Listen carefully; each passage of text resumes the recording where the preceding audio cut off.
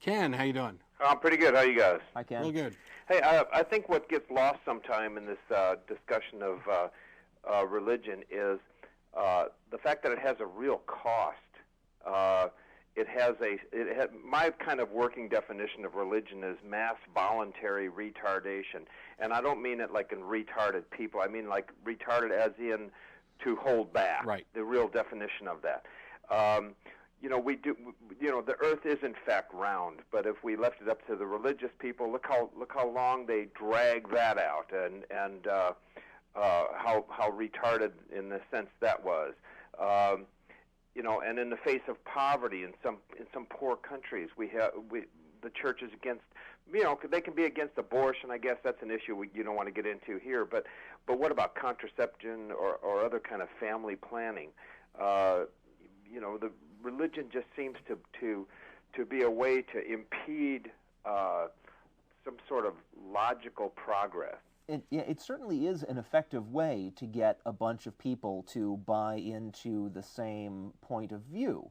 And, the restraint, holding back from doing certain things, is a neutral, because there are bad things that it might be good for a lot of people to hold back from doing. I mean, in a sense, by your definition, the laws of the land are mass voluntary retardation. In the sense that people follow the laws and hold back from doing the things that those laws obstruct.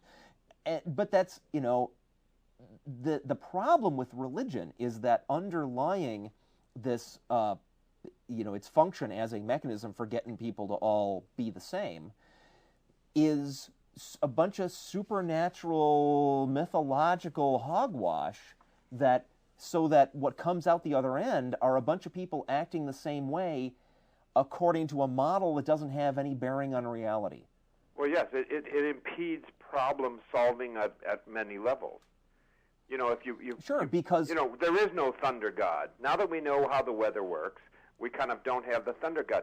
Right. Religion seems to just represent man's lack of comfort in the fact that there's an unknown out there, that we don't know everything. What we don't yet know becomes God, like the thunder god, and we see that in some primitive society, but we don't turn around and apply it to ourselves and realize that, well, perhaps we don't understand some things, and maybe we're attributing religion to that.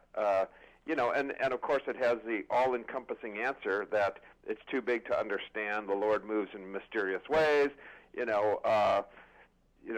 I pray and I get well, the Lord loved me. But if I pray and I don't get well, I don't say the Lord hated me. It doesn't seem to be an even playing field. Yeah, there's there. a win-win you situation. start out with the answer every time. People don't.